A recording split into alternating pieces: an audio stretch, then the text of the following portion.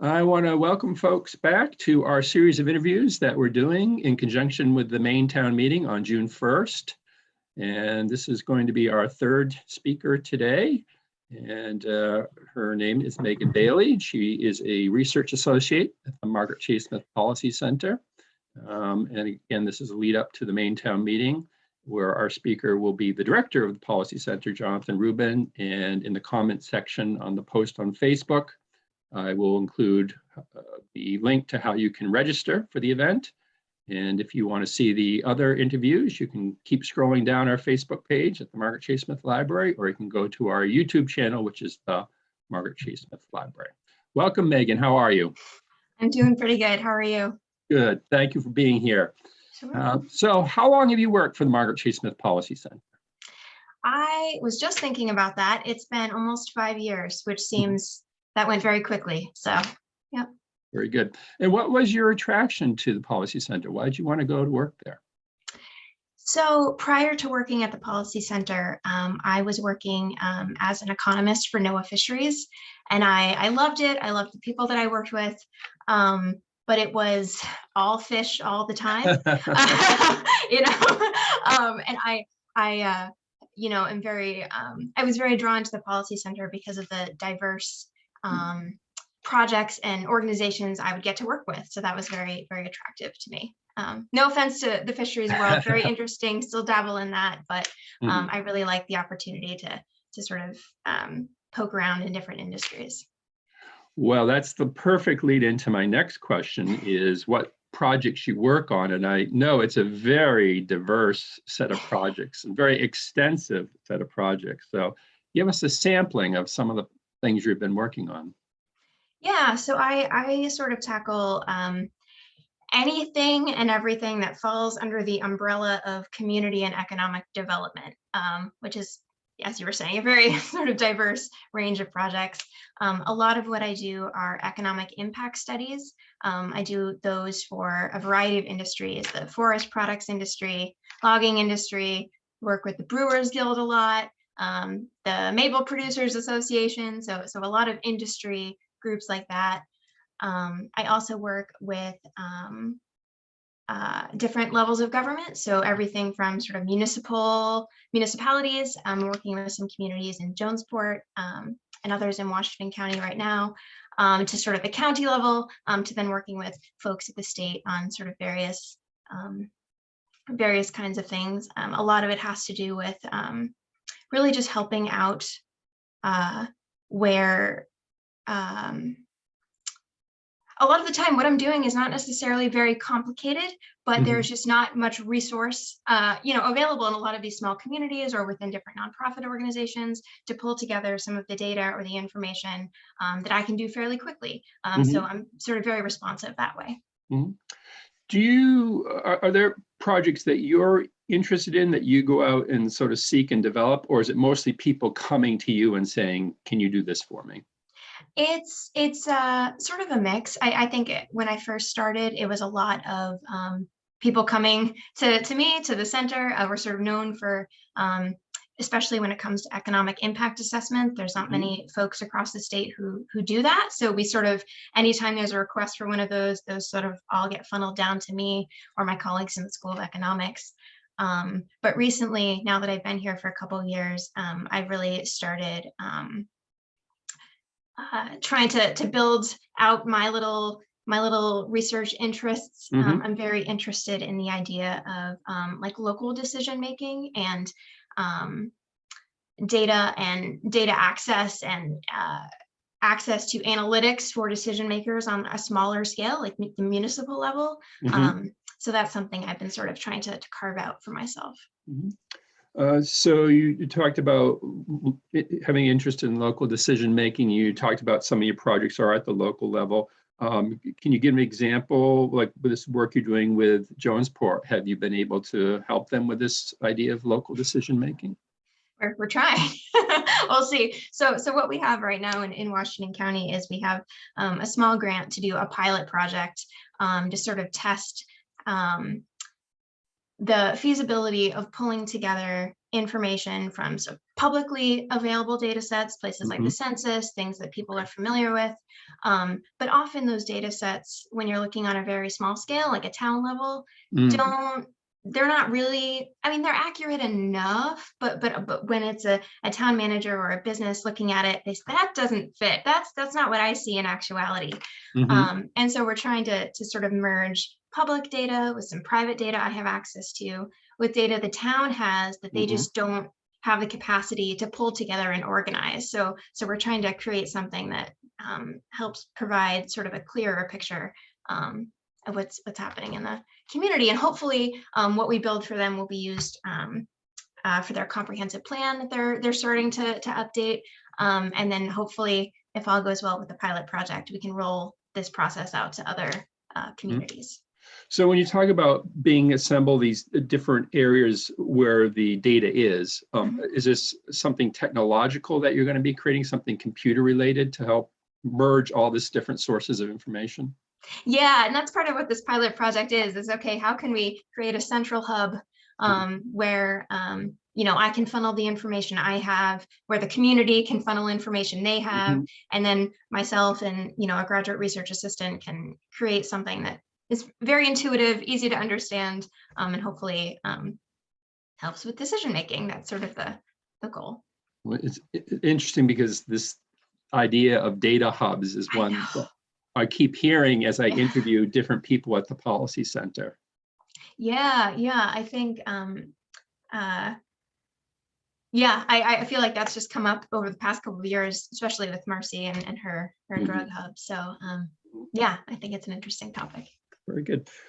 So you mentioned doing economic impact studies, and I just want to, maybe ones that you want to highlight, but there's some that I wanted to highlight from the standpoint that with last year's Maine town meeting, our final speaker was Yellow Light Green from and he was talking from the Maine Development Foundation, and he was talking about Maine's economic future in areas where he saw potential for growth. And he was talking about many of our traditional industries, and they sort of need to be maybe reconceived, but they'll still be pillars of our economy. So can you give us a sense of some of the economic impact study you've done for the forestry industry? Yeah. So I do studies for them every couple of years. Back in, I think it was 2016, there were several mill closures, J-Mill, a few others that sort of disrupted, what had been sort of a longstanding institution. And I will say that the economic impact of the industry itself, has dropped a little bit since, some of the closures of the mills. But we are seeing sort of a pivot to biomass and, some other avenues that I think have been helpful. And it's still a huge industry in the state. I mean, people talk about, the loss of the mills and, the declining forest products industry, but it is still a powerhouse and, a very important core industry for the state. So I'm going to look at the F's, forestry, back to your old area of interest, fisheries. Have you done any economic impact for fisheries? I have not. And a lot of that has to do with data availability. It's a pretty difficult to get the hands on the information needed to sort of do a true economic impact assessment. I know my colleague is doing one right now looking at the lobster industry and trying to forecast out what that impact might be with shifts in sort of the lobsters as we're seeing them move sort of up the coast. So that's kind of interesting. But and what about the area of farming? You mentioned you did an impact study for the maple sugar industry. Yeah, that one was really, really interesting because I've lived in Maine my whole life and, done the Maine Maple Sunday thing, but I've never actually really thought about what the maple industry looks like. So that was a really cool experience for me. And what was interesting about this study, and the same with the craft breweries one that I did, was that the timing was such that it was in 2021. So sort of post-COVID, mid-COVID. And so we got to ask questions often these kinds of studies involve a survey of businesses in the industry. And so we got to ask questions of the businesses, asking about how they fared during COVID, how they maybe changed their behavior. A lot of them, especially the maple producers, a lot of them talked about how they pivoted to online sales and how that just blew their mind, like how successful that was, and how it just surpassed what even a traditional Maine maple sundae might look for them. So, that was kind of interesting to hear about. Did you get to do any field work for the maple sugar industry? No, I wanted to put a clause that, I get, I want some maple syrup, but no, but I have been going out to the events each year, and it's, yeah. So you mentioned, and this is something, we actually started doing these interviews very shortly after COVID started. People couldn't come to the library. We're looking to create content to put out to be able to have contact with our audiences. And so invariably the questions were at that time around COVID and the pandemic. Has the pandemic, how has it affected your work? Well, in a couple of ways. One, there has been a lot of federal funding available to nonprofits and industry stakeholders and state government. So we're sort of getting inundated with requests for projects because people have funding to research or understand the implications COVID has had. So that's sort of one impact. But the other has been in the questions that we ask of businesses, right? And I think something that has been always a factor when we think about the labor market is access to childcare. And I think that question and that topic just exacerbated and has continued to just be a very big topic, especially even now, 2 years into this, trying to understand people going back to work or who maybe want to go back to work but can't, or, just trying to understand those dynamics. And broadband, of course, which has always been sort of a topic, something that you've been looking at and have understood the importance of, I think was again just exacerbated during this time. So, have you done any studies specifically on this topic of childcare? No, I haven't, but we are starting a survey. So part of my unit at the Policy Center, I'm part of what's called the EDA University Center. It's a partnership between the Policy Center, the School of Economics, and USM's Center for Business and Economic Research. And part of that proposal is that we're doing 2 surveys a year. And our plan is to have a big section of those surveys, at least one of the surveys a year, be focused on childcare to understand what's going on there. And who will you be surveying? So initially we'll be surveying businesses. I think one survey will be businesses, and then one survey is going to be just Maine residents. And how comprehensive will your business survey be? You're going to try to hit all the businesses? Are you doing random samples, different sizes of businesses? That's a very good question. We have not figured that out yet, but my personal interest, I'm very interested in the small, medium businesses. So I would certainly, I think if the instrument is not solely targeted at them, I would think that we might oversample them to make sure that we get sort of their perspective. They're a big part of the economy here. So. And from the notes I've taken over time, I think there's some other farming areas that you may have done work for. The Blueberry Commission. Yeah. So that's happening this summer. So yes, that's another industry that again grew up in Maine, going to pick blueberries, but don't know too much about the industry itself. So. Remember to put that clause in the contract about field I know. or samples. Yeah. And I believe you've done some work for MOFGA as well. Yeah, again, that's something that I had a conversation with them a couple years ago about a project. The organic farming industry is trying to get a handle on specifically the organic farming industry in the way that I traditionally do these kinds of analyses is very difficult because to do an economic impact analysis, we utilize this thing called implant. It basically models how money flows throughout the economy, right? It says if you spend $10 at this store or this kind of store, it will spend this percent here and this percent there.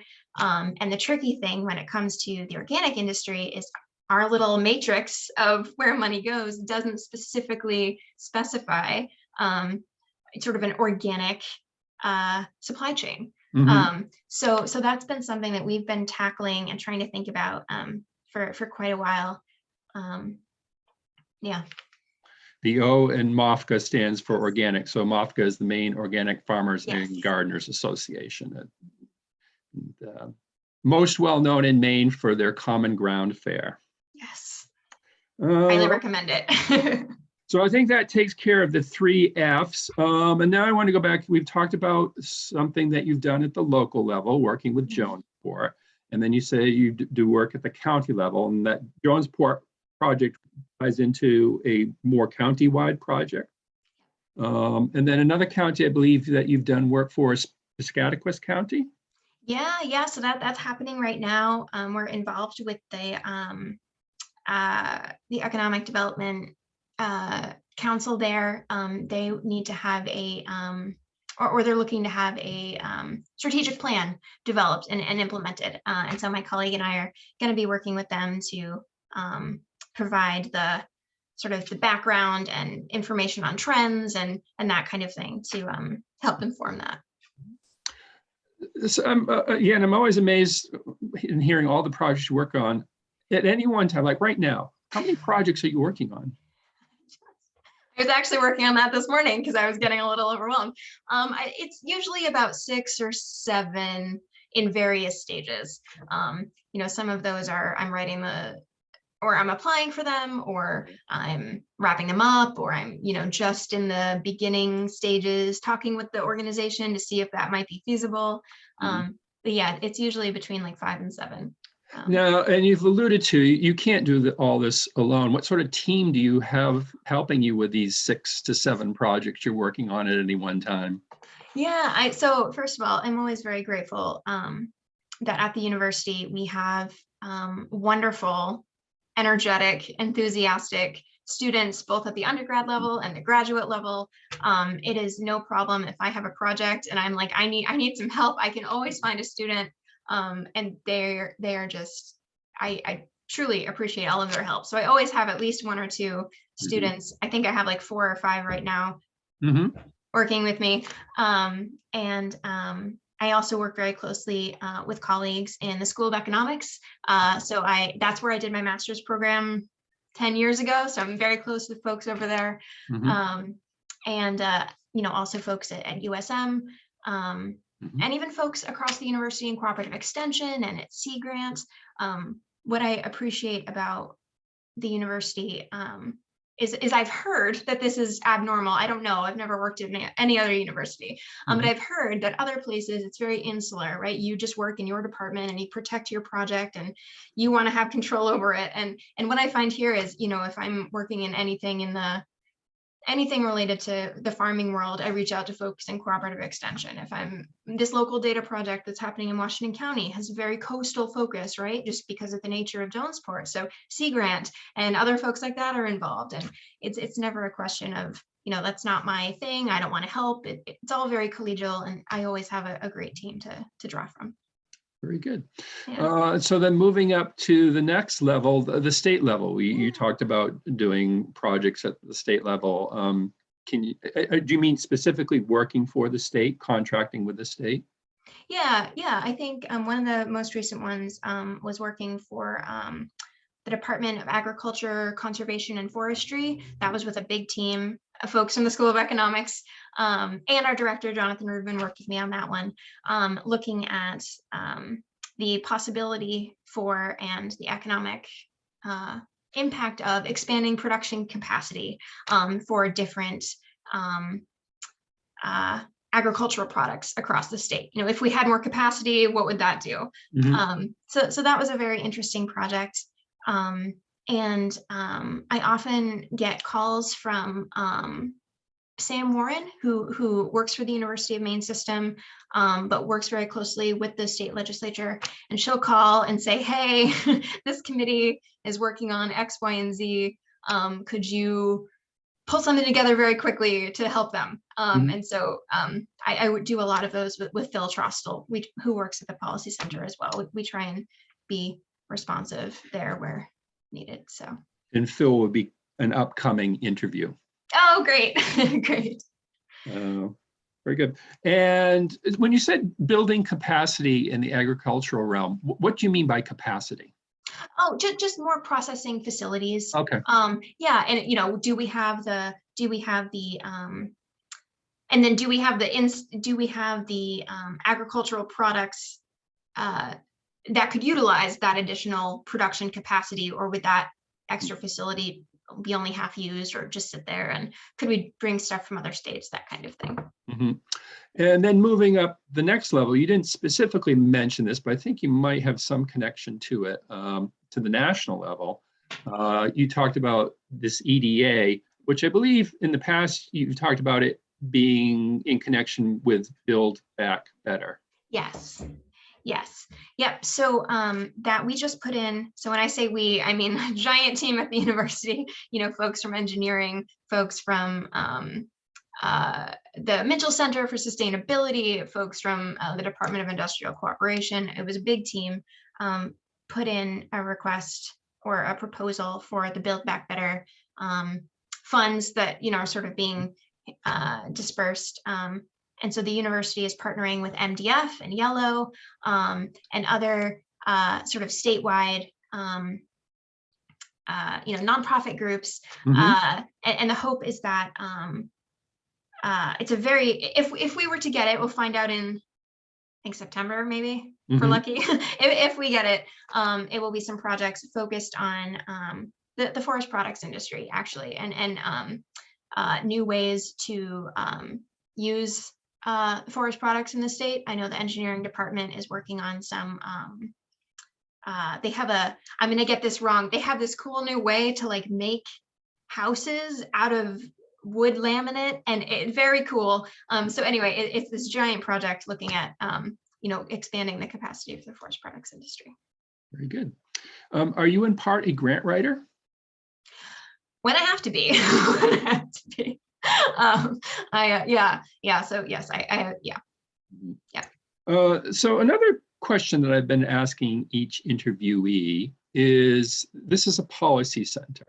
Mm-hmm. How do you feel as though you help shape public policy?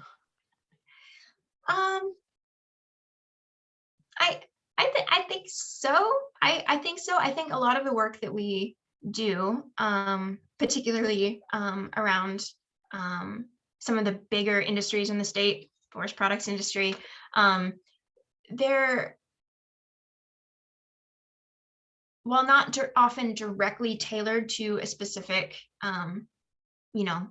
policy that's coming down, the organization or the industry that we do the study for always uses our study when trying to make a case for or against their support for a certain bill.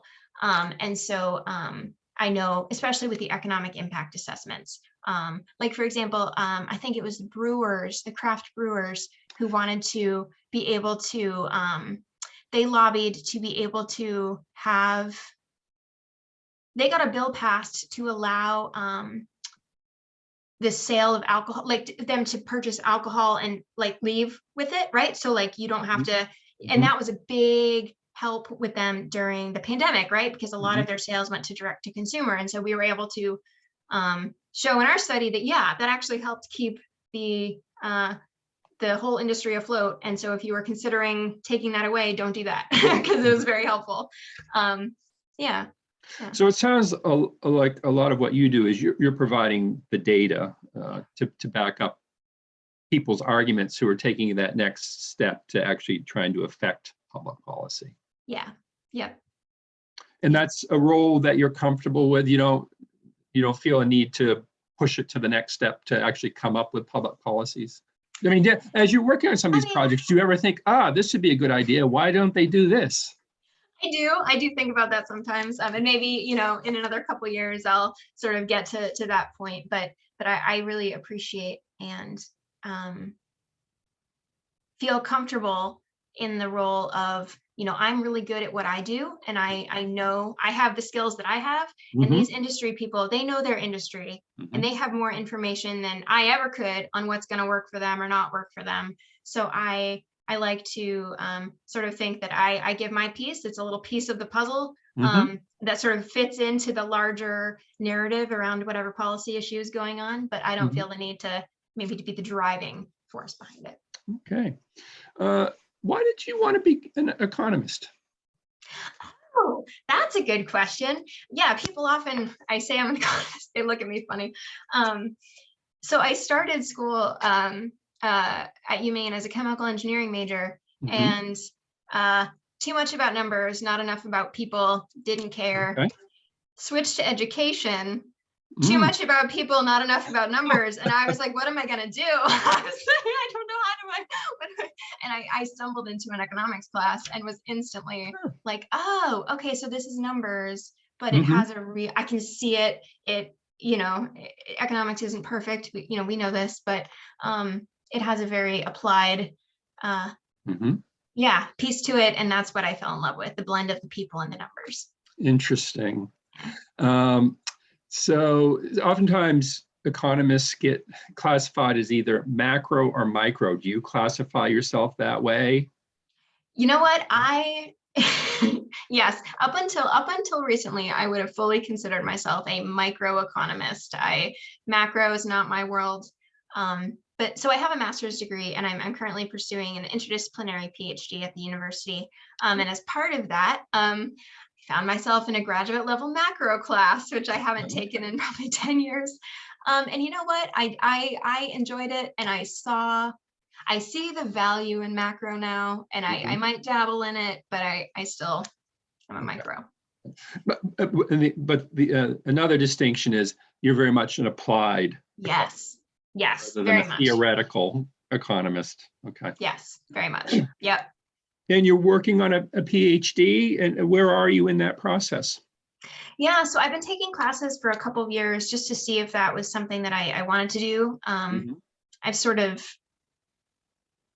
not resisted it, but I felt like I could do my job just fine with my master's degree. I didn't, think that I needed any more training or education. Um, but as I've gotten more into carving out my own little research path, trying to identify my own projects on top of the things that are coming at me, I've Mhm. decided that maybe having a bit more training in that area would be helpful.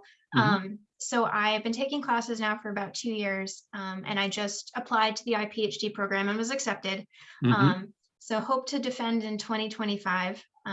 But the topic is regional science, is sort of the interdisciplinary field with a focus on economic development. Can you explain regional science? I haven't heard that term before. What does that Yeah, mean? Yeah, so regional science is an inherently interdisciplinary field that was started by Walter Izard. He worked at Harvard. He was an economist, and he was like, you know what? Economists miss out on a lot of things. They don't take into account space. They don't take into account geography. They don't take into account sociological factors. Like there's a lot of things that economists miss when they're looking at an area. Mhm. And so he really pushed for this sort of interdisciplinary perspective, sort of drawing from planning and public management, economic geography, to sort of more fully encompass what a region is and how a region changes and how a region makes decisions and all of Mhm. those things. So. And will you be looking at it at the regional level, or will you like focus on something specific and then apply this concept to it? So I've got four papers that's going to make up my dissertation. And so they're going to go from sort of big to small scale. So the Mhm. first one looking at changes in metropolitan areas across the United States. So sort of a US perspective. Mhm. And then each paper sort of gets sort of smaller when I get all the way down to the community level. Well, I'll be doing more of like an ethnographic sort of analysis. So yeah, Mhm. working with Linda Silka from the Mitchell Center on that Oh, one, okay, hopefully. very good.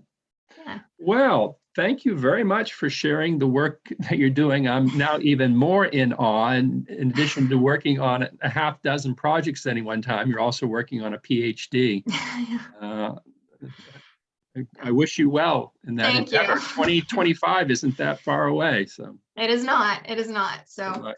fingers crossed. Yes. And again, reminding people that we're doing these interviews as a lead into our Maine Town meeting on June 1st, where Jonathan Rubin, the director of the Market Policy Center, will be our speaker. And you alluded to that you have done some work with Yes. Jonathan. Yep. He's And great. yeah, I thank you very much.